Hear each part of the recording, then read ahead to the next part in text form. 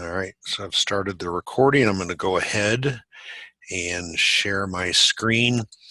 You can scroll around in the chat window. I answered a question earlier to Kate. We were talking about, she was asking about game of logging. So I gave an email address and a phone number. So you can look into that.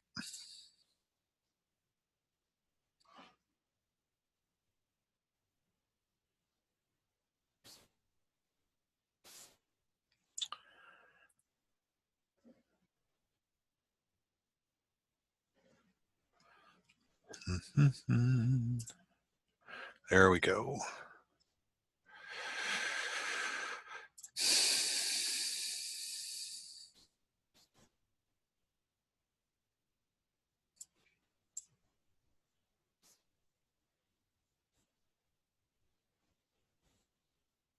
Trying to move my,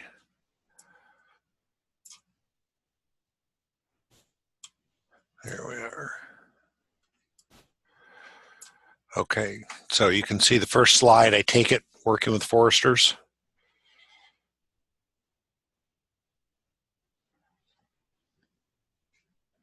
Okay, can you see the second slide or you just see the first slide?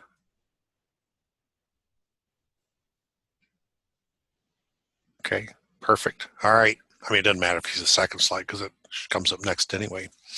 So this last session of the course is going to discuss two kind of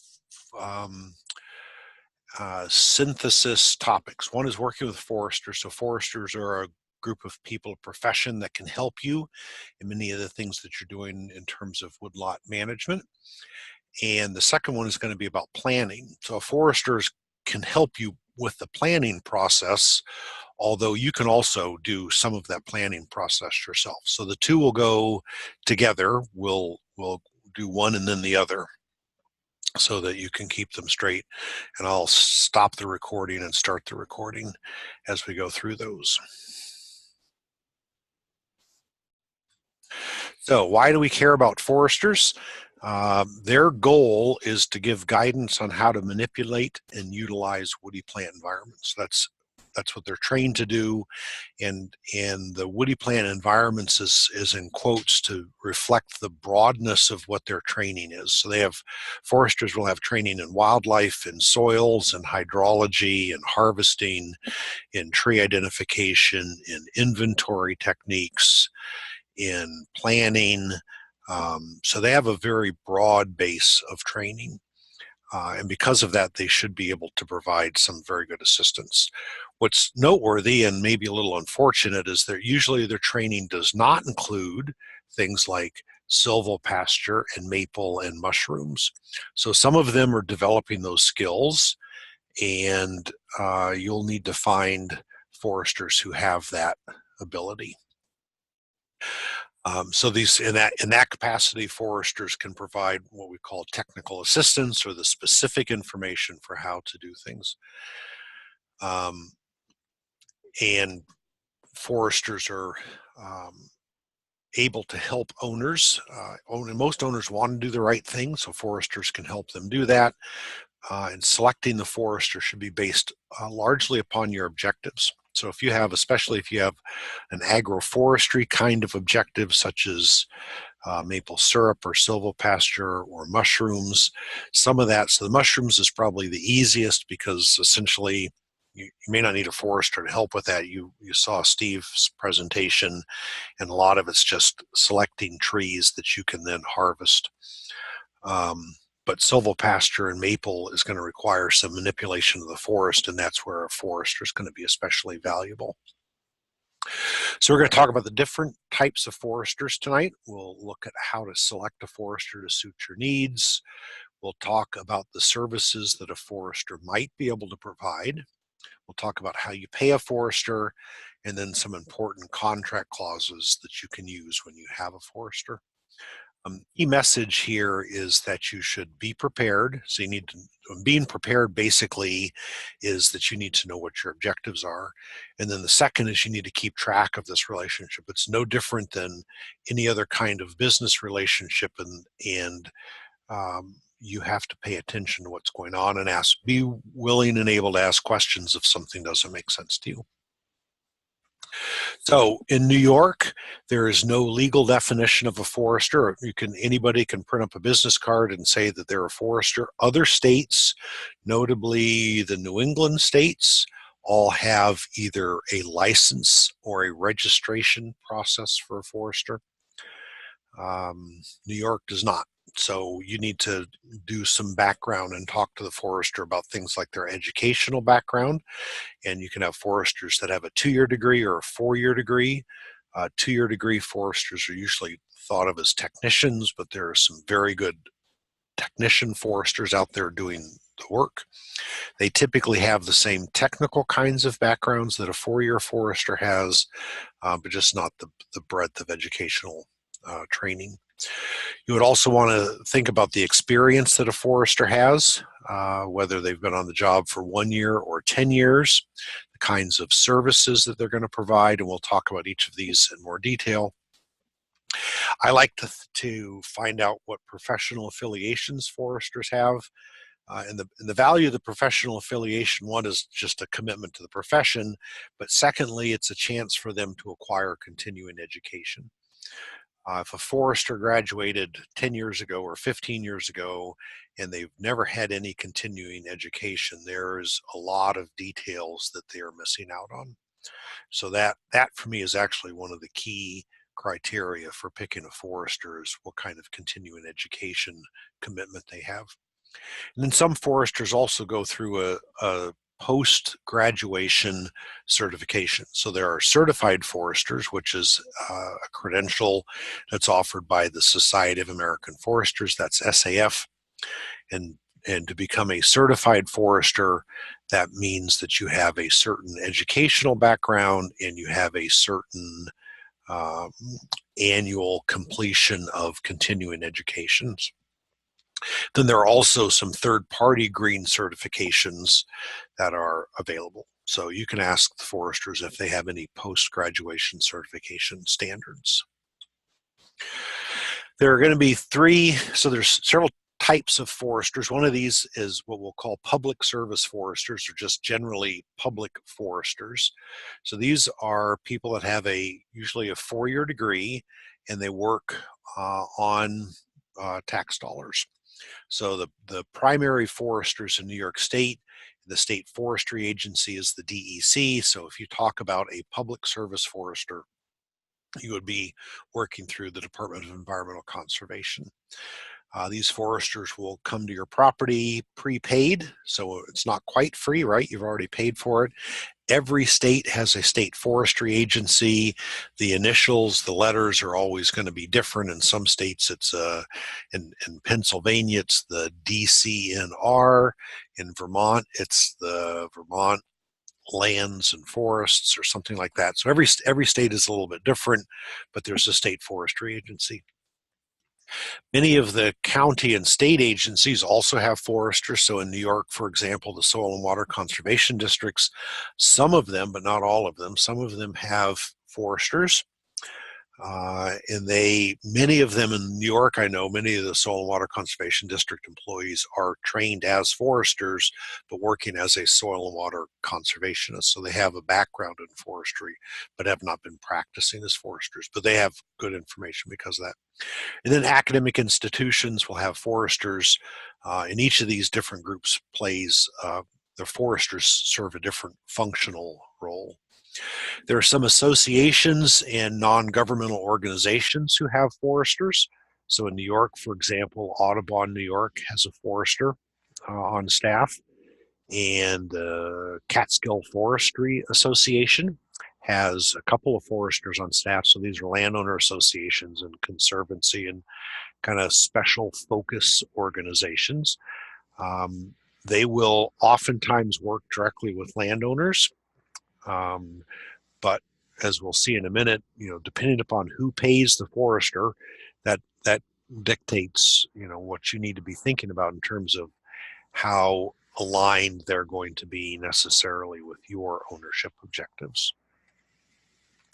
And then finally, maybe not finally, but there are private sector foresters.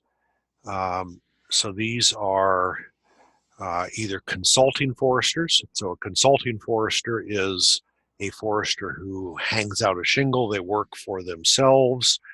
It would be like calling a plumber or an electrician or a CPA and saying, would you do work for me?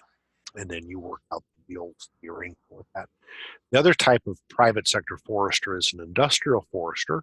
So many of the sawmills will hire foresters, and those foresters work for the sawmill, and their primary job is to make sure that the sawmill or the pulp mill has wood, what's called roundwood or logs that show up at the mill for processing. So they'll work with landowners, but to serve the direct needs of their particular um, business that they work for. And there are other types of people that are sometimes confused with foresters, and these are loggers and timber brokers. There's some loggers who have a degree in forestry and they just decided that they'd really rather be a logger. And loggers are absolutely critical to the forest management process. We don't get any work done really without loggers. But loggers, when a logger's working in the woods, their primary job is to cut down trees and move the logs. So the decisions about which trees should be cut and where the logs should be moved and skidded and how they're going to be processed and how the logs are going to be sold is usually the purview of the forester. So loggers and foresters are both important, but you need both of them to be part of the um, process. Then there's another group that are called timber brokers that I don't really have anything good to say about. I'll just be blunt with them. These are people that will come in, they'll buy your timber, you'll sign some kind of a contract. Usually it's a contract that's very favorable to the timber broker, and then the timber broker has the option to resell that contract to somebody else. So the timber broker may not be the one that eventually shows up and does the harvesting or has anything to do with it. They're just a kind of an intermediary in that process. Because of that, their singular interest is in maximizing their profit margin. They're not interested in your ownership objectives. There are a number of things that your forester could do, and in this case, I'm talking mostly about the state agency foresters and private sector foresters. So because within private sector be largely the consulting foresters, because the consulting foresters should be working for you as their client. An industrial forester, the client is the business, the sawmill or the pulp mill, and you are a resource that they are working with to acquire woody material. So your forester should inform you of your opportunities and the feasibility of your objectives. So you can tell your forester, I'm interested in silvopasture or maple, and your forester, because let's assume that you've gone through the correct process and you have a forester that understands maple or mushrooms or silvopasture or whatever it is, can say, here are the opportunities that you have, and here's the feasibility of you pulling this off in a good fashion. Then they can also help you develop a number of things. So we're going to be talking about a management plan in the second part of this evening. They can write the management plan. The DEC forester will write a management plan for you. They'll call it a stewardship plan. But it'll have the details that you need to get started thinking about your property. And every state will do this. Every state service forestry program provides written management plans. They'll do some level of an inventory. Usually the intensity of the inventory correlates to how much you spend. So if it's a free, quote unquote, free or prepaid plan through a state agency, it's going to be a very minimal inventory. You can get very detailed plans depending upon what you need. Your forester might also be able to appraise the value of the property. If you've just acquired it, you may want to determine the basis. So in future timber harvests, you can deduct the basis or the existing value of the wood from the revenue, from the income taxes that you have to pay. They might do habitat assessments. They might locate recreational trails. They might coordinate the planting of trees. And if you're having a timber sale, they should write a prescription, mark the trees that are going to be either cut or left, and then potentially administer that timber sale. If they have a bias, they should admit it. So there are some foresters out there, as Brett Chedzoy was saying, who just really think it's inappropriate to put livestock in the woods. I'm not one of them, and Brett's not one of them, obviously. But there are foresters out there that are opposed to that. So if they have that as a bias, they should let you know. If they have limitations, such as they've never worked with silvo, they might like the concept of silvopasture or maple, but if they've never worked with it, they should let you know that. And if there are conflicts of interest, for example, their cousin is a logger and their logger cousin is bidding on the timber sale, then they should alert you to that conflict of interest. So, what are the things that the state agency foresters will provide for, I put it in quote, free? They'll do a site visit, and that alone, just having a consultation to get a forester to walk on the ground with you and walk around the woods, and you can say, here's what I want to do. They can, because of their experience, they can pretty quickly tell you what your options are and how feasible things will be. From that, they can develop a stewardship plan, and that stewardship plan is good because minimally that's a threshold for all of the federal cost share programs. I was going to say there's not very much. I'll say there's very little federal cost share money through the Farm Bill that's available in support of forestry projects.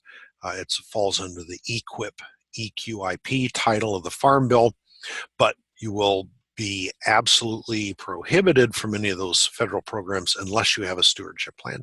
So that's a good reason to get one to begin with.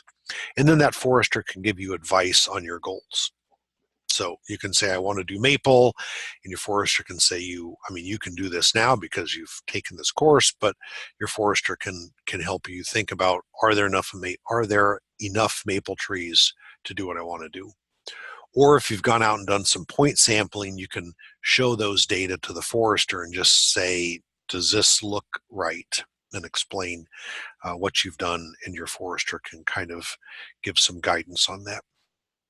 The academic institutions that are in the public sector include cooperative extension, and there are a handful of, in New York, every county has an office of cooperative extension. In almost every state, except maybe Massachusetts, every county has a cooperative extension office. And some of those cooperative extension educators they all have a background in something. Some of them are in forestry. So in New York, there's probably 3 or 4 county educators who are trained as foresters. They have a forestry degree. Others have background in natural resources or environmental science. And so they get kind of progressively broader in their background, but they have knowledge of forestry, and they have connections through the cooperative extension system. In some cases, the county educators will make site visits, or, as we'll talk about in a few minutes, they may connect you with what we have in New York are called master forest owner volunteers. Academic institutions also do research, and we educate foresters. Emily says, are state foresters allowed to develop silvopastures and other agroforestry practices, or is it outside their purview? So I'm trying to think how to respond to that. In New York, so I'll say that it's within their purview in very general terms. There's nothing that prevents them from talking about that. Their goal is to help woodland owners manage their woodlands to be sustainable. And there are a number of ownership objectives, and agroforestry practices are legitimate objectives for a woodland owner. So a forester has the option to develop a stewardship plan to guide silvopasture and agroforestry practices. Now, the question is whether or not that forester has the background to do that. So when I went to school, I went to forestry school at Purdue University in Indiana, and from what I'm aware of from most of the, well, like the College of Environmental Science and Forestry in Syracuse, I don't think does much, if anything, with agroforestry practices when they train their students. So there are a lot of foresters that have never had any experience with things like, certainly with silvopasture. Most foresters have seen maple production, and so they could kind of understand it, but they wouldn't know the details of it. So it's within their purview, but it may or may not be within their skill set of that. Private sector foresters will often provide a greater range of services, including the administration of these services. So a public sector forester like a DEC or a state agency forester is not going to, they might write a plan, they might help you get pointed in the right direction, but they're not going to hold your hand as you do some of the things that you see on this list. So the state agency forester will write a plan. They won't do a detailed wildlife habitat analysis. They won't lay out trails. They won't develop permits or arrange a timber sale.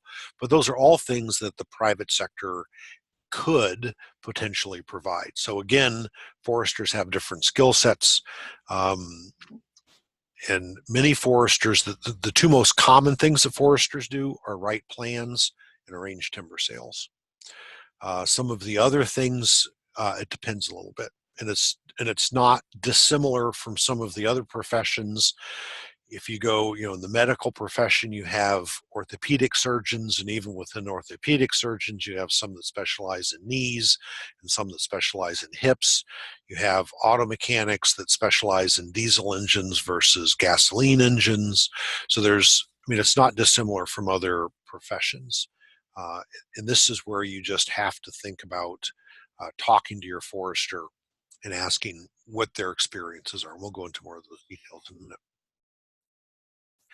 I need to keep track of my time or I'm going to talk too much. So the key thing is, though, who pays your forester? So if it's a consultant, you're paying your forester.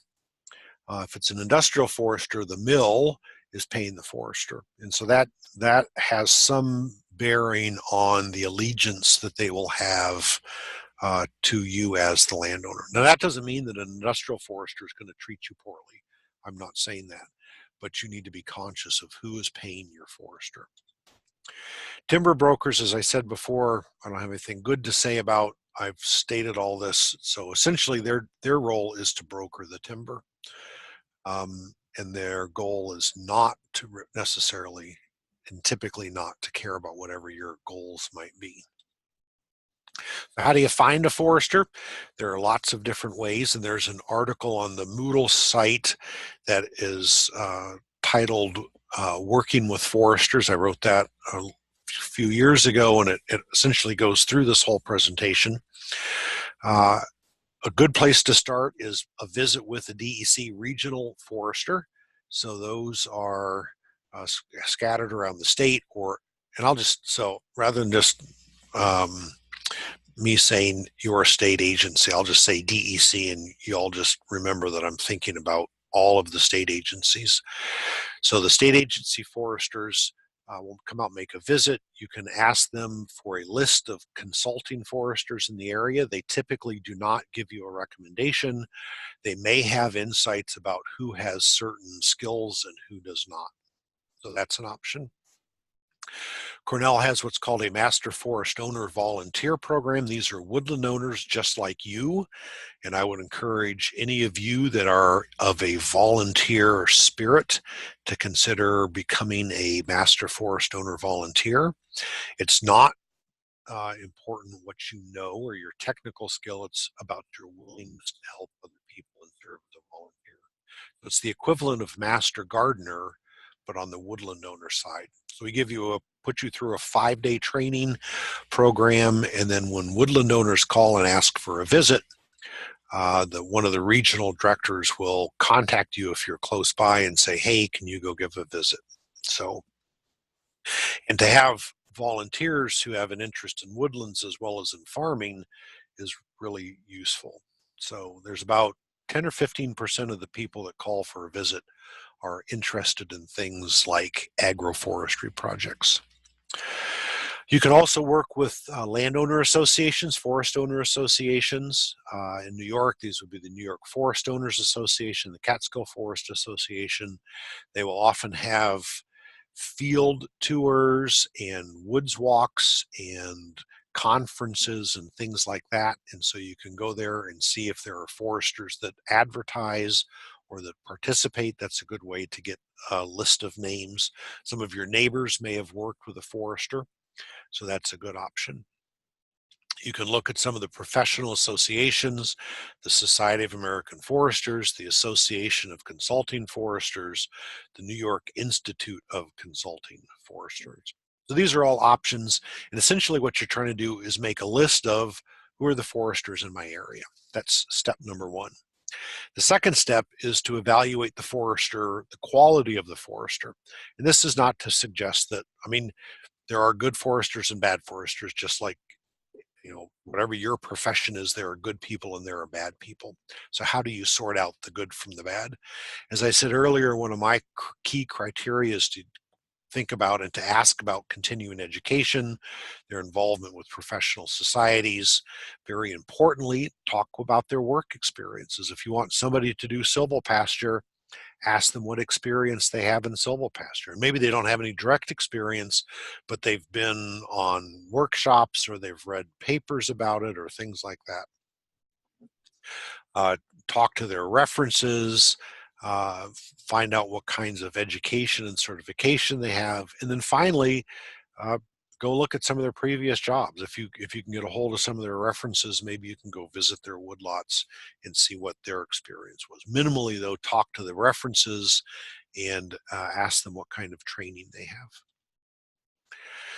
So in terms of payment, there are a couple of different payment options. We'll just jump down to that bottom bullet first. Um, a commission means that there is you're selling something and the forester gets a percentage. And that's the most, I'll say that's the most common, because what most foresters do are timber sales. And so what then foresters will oftentimes do is charge a commission based on the value of the sale. So they'll charge, and common rates are in the 12 to 15%. So if you have a $10,000 sale, your forester gets $1,000 or $1,500. I'm not a big fan of commissions. I understand how they work. They're not inherently bad, but they have an inherent conflict of interest, because if a forester is charging on a commission, strictly on a commission, then when they're marking trees, when they put paint on a good tree, they make more money. When they put paint on a bad tree, maybe a tree that should be cut because of the need to thin, they're losing money, because that all those better value trees increase the value of the sale. So an alternative way is to do what's called a flat rate. So you pay your forester on a per hour or per acre basis. And some foresters use a blend of these, where they will mark the trees on a flat rate. And then if you want, you can hire a different forester to market that on a commission basis, or you can hire that same forester to sell it on a commission basis. Um,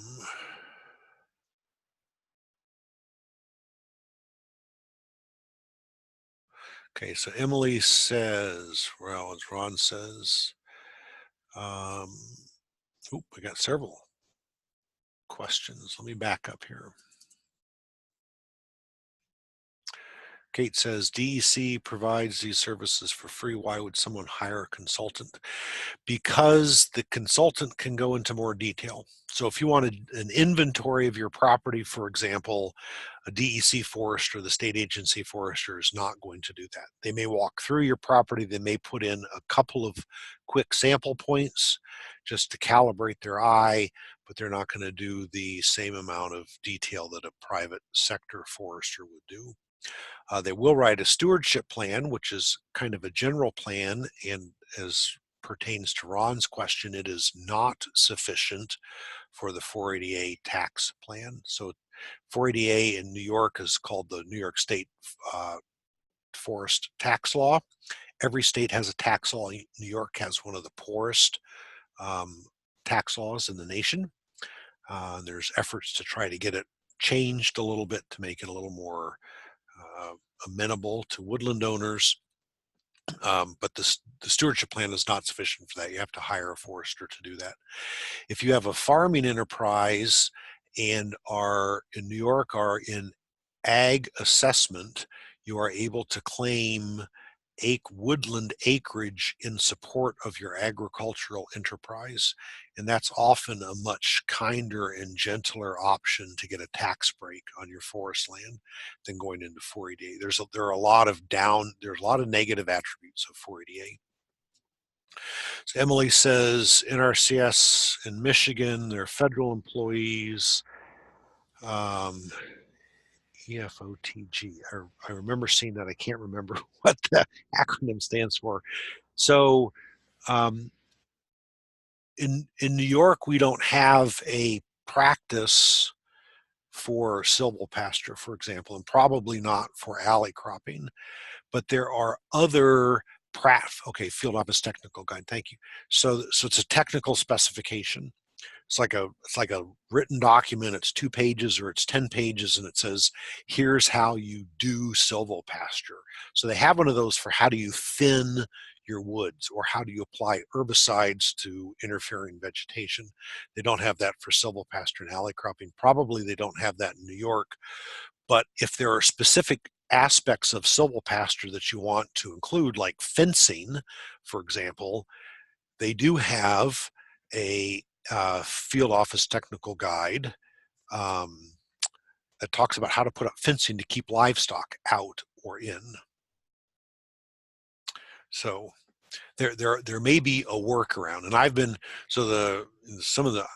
good friends with one of the people with the NRCS here in New York, and I've been trying to get him to include a silvopasture field office technical guide, and we haven't quite gotten there yet, but we're making headway. So, all right, good questions. Keep them coming. Okay, so the flat rate you pay on a per hour basis or a per acre basis. The advantage of a flat rate is if you hire a forester and all you want is a management plan, or you want to have a trail system put in, or you want guidance on setting up a tubing system, the flat rate is an option because you're not going to be selling anything per se. So should you have a contract? Yes, absolutely, you should have a contract. There are sample contracts available probably on the Moodle site. I'll double check, make a note to do that. And they're also available on the internet. So if you do a search for Cornell contract forester, you should be able to find it, or you go to my forestconnect.info page. You can find an example of a contract. It's not common with foresters. It's very common with loggers or with harvesting. What you're trying to do with any kind of a contract is define the relationship. So I'd encourage you to work through that process. You can also document your expectations, both the forester and the landowner, and it's good because it protects you and it protects your forester. So what should you include in the contract? Kind of the who's who. So you're the landowner, the forester, if the forester is going to be doing any subcontracting, which they might do if you have interest in putting in roads, how they're going to be paid. If there are any constraints and expectations. So for example, you may not want anybody working on your property during deer season, or you may have certain things that are particularly important to you. Just keep in mind, and we're going to go into some more about constraints and expectations in a minute, but the more constraints you have, the more difficult it is to execute that contract and the more it's going to cost you. So I'm not saying you shouldn't have constraints, but just be aware that there is a cost to those.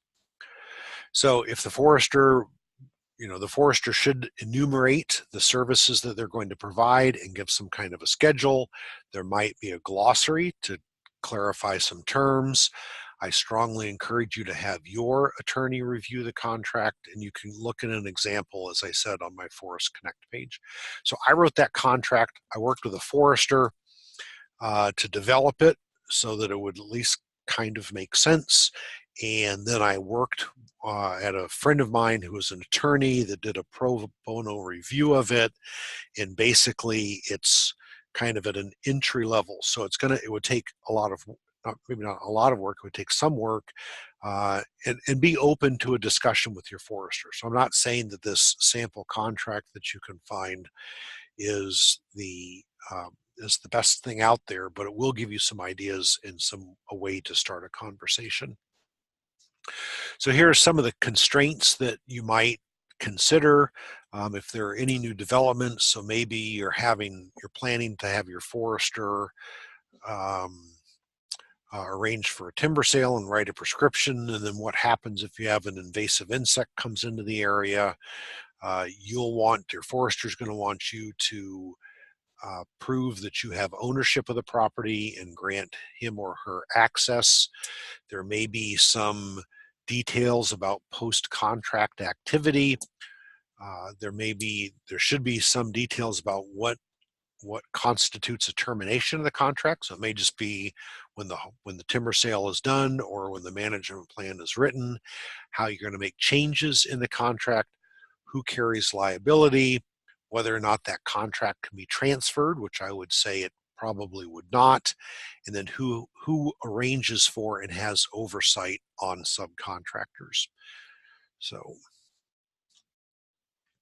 what should you do now? And I think this is my next to the last slide, pretty much the last content slide. So you need to stay in control, become informed. So you need to start gathering information about foresters in your area. You need to know what you want. So, and you don't need to know all of the details. It may be that I have this piece of property and I want to do farming and I want to do maple, or I want to do farming and I want to do silvopasture. And the more information you can take to the forester about some of these kind of specialty areas like maple and mushroom and forest and silvopasture, like we have the site assessment tools both for silvopasture and maple. Those are written in a way that a forester could look at that and understand them. Check resumes, check references. If you can, make a site visit and then talk to them. I mean, these are just ordinary people, and by and large, they're good people.